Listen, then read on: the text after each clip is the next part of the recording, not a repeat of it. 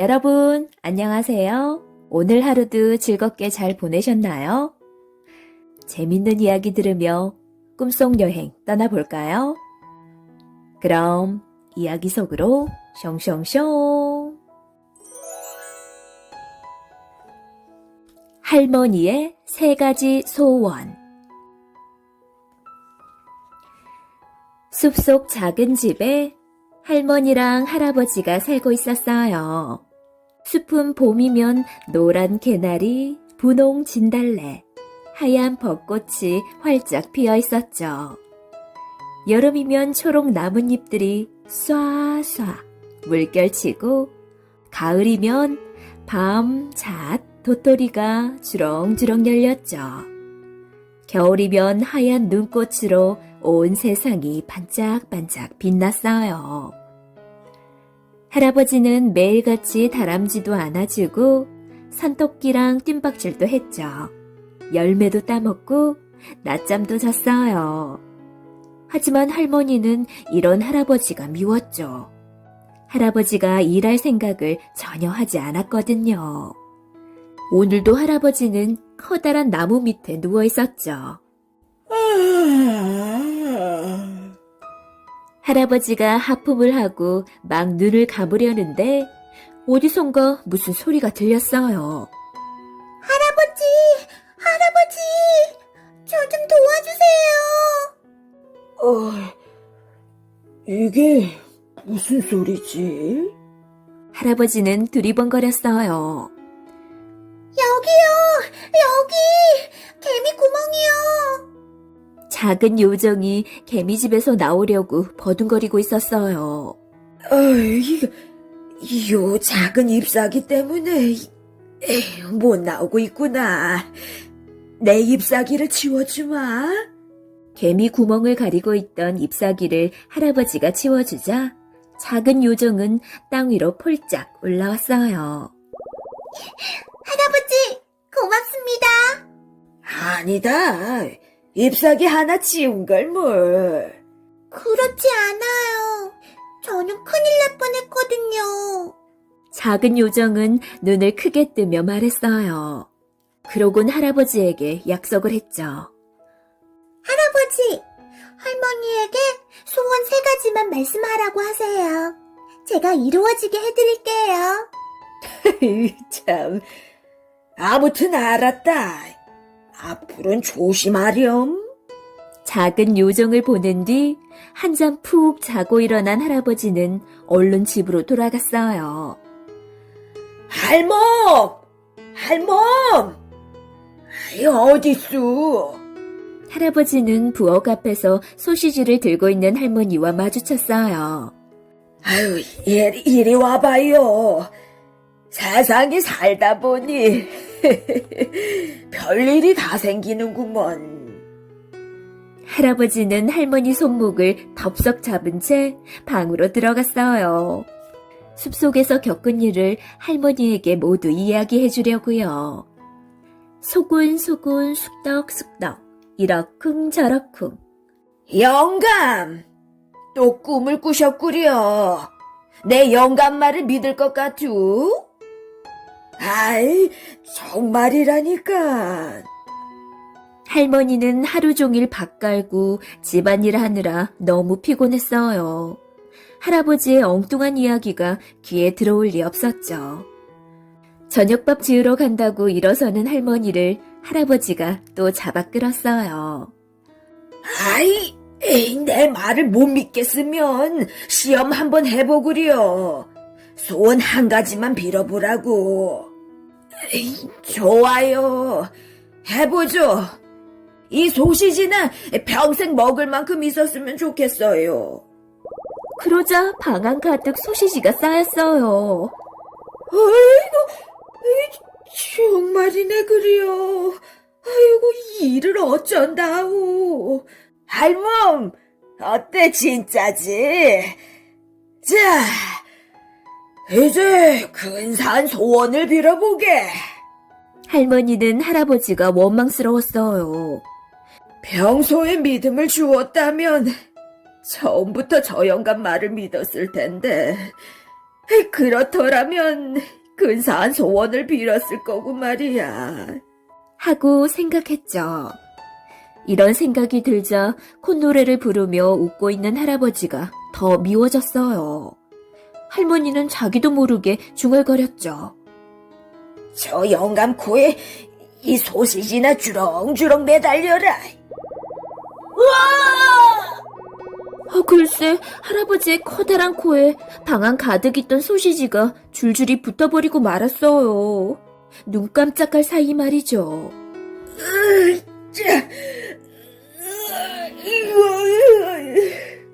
아무리 힘을 주어 당겨보아도 소시지는 할아버지 코에 착 달라붙어서 떨어지지 않았어요.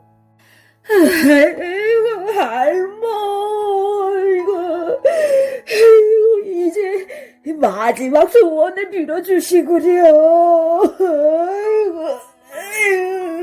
할머니는 너무 아쉬웠어요.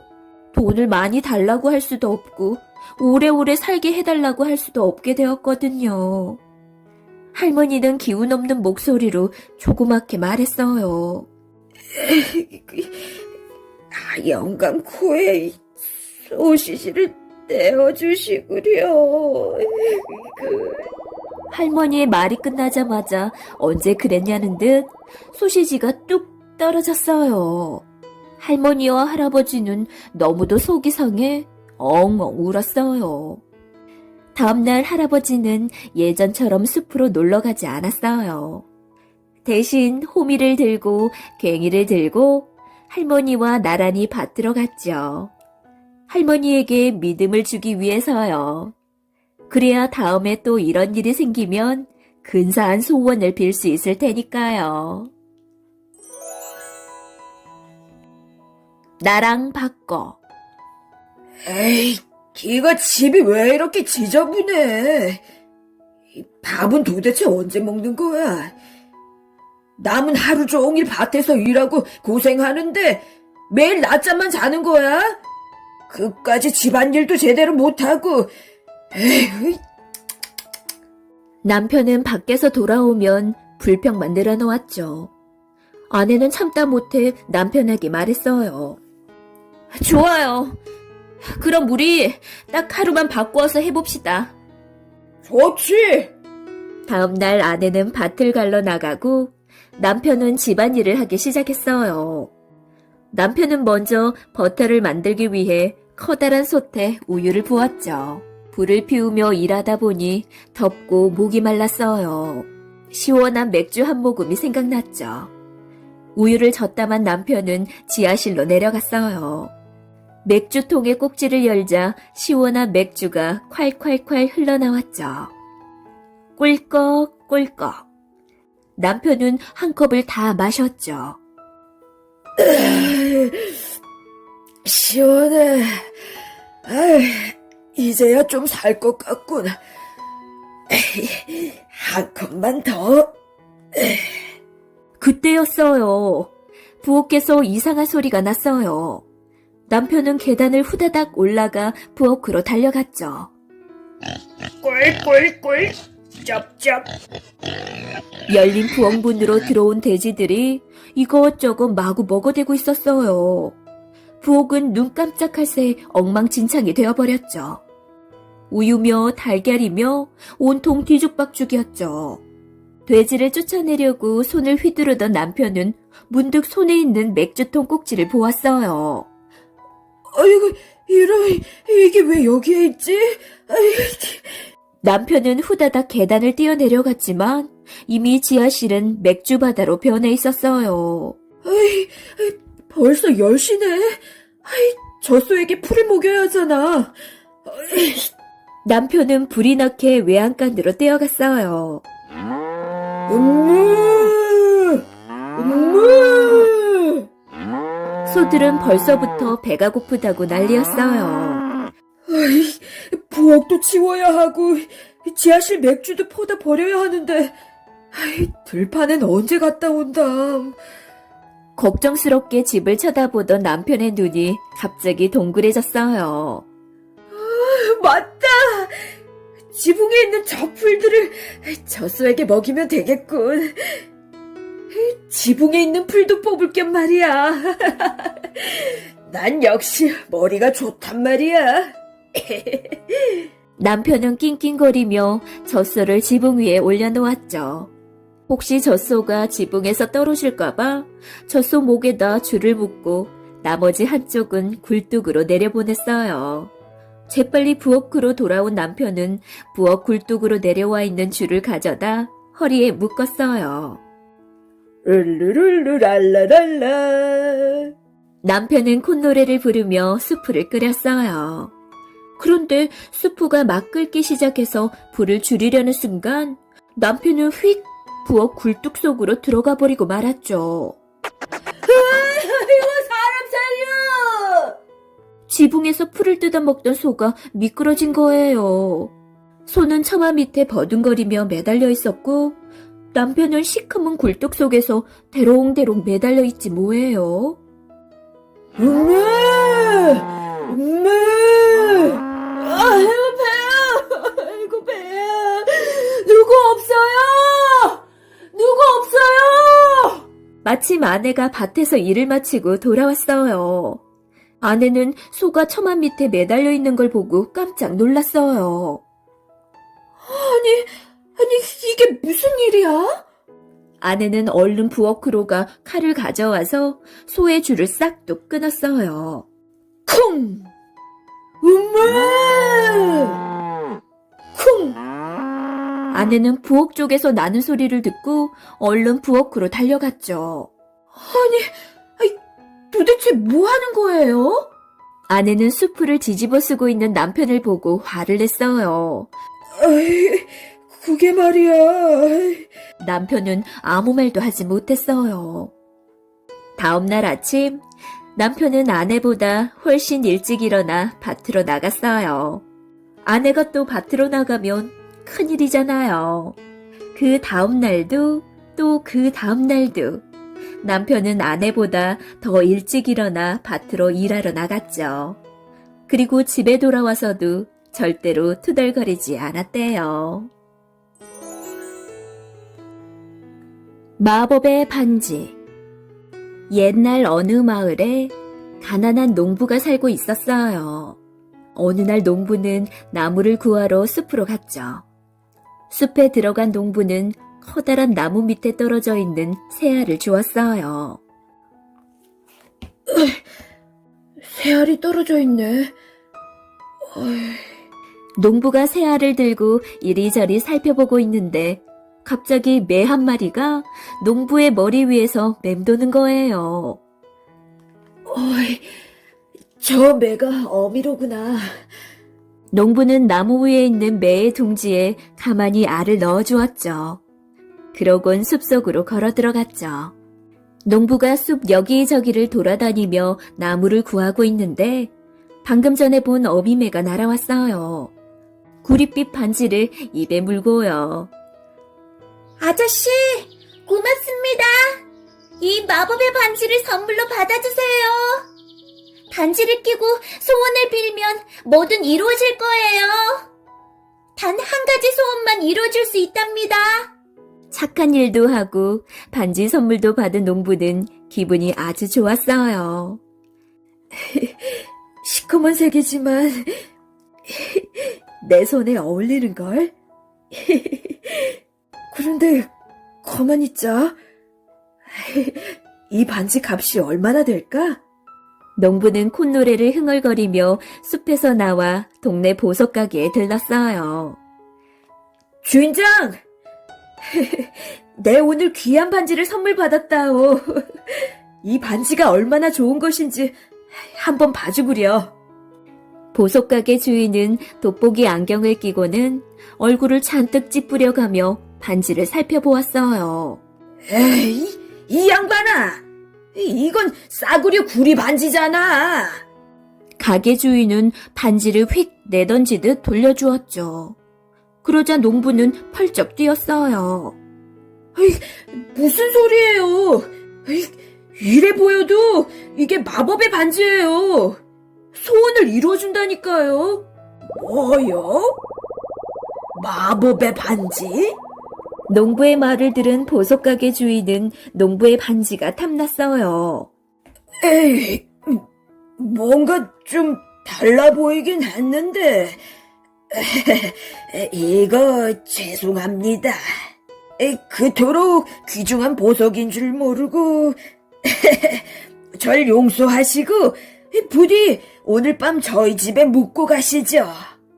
귀한 걸 가지고 있는 분이라, 꼭 대접하고 싶습니다.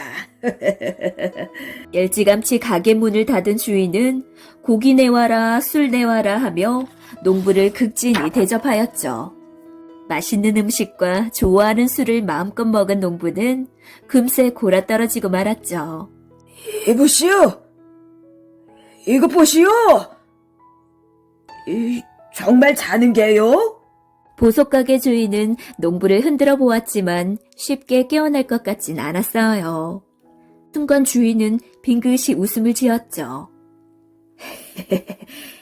마법의 반지라. 이건 내가 갖고 대신 구리 반지를 끼워 놓아야지.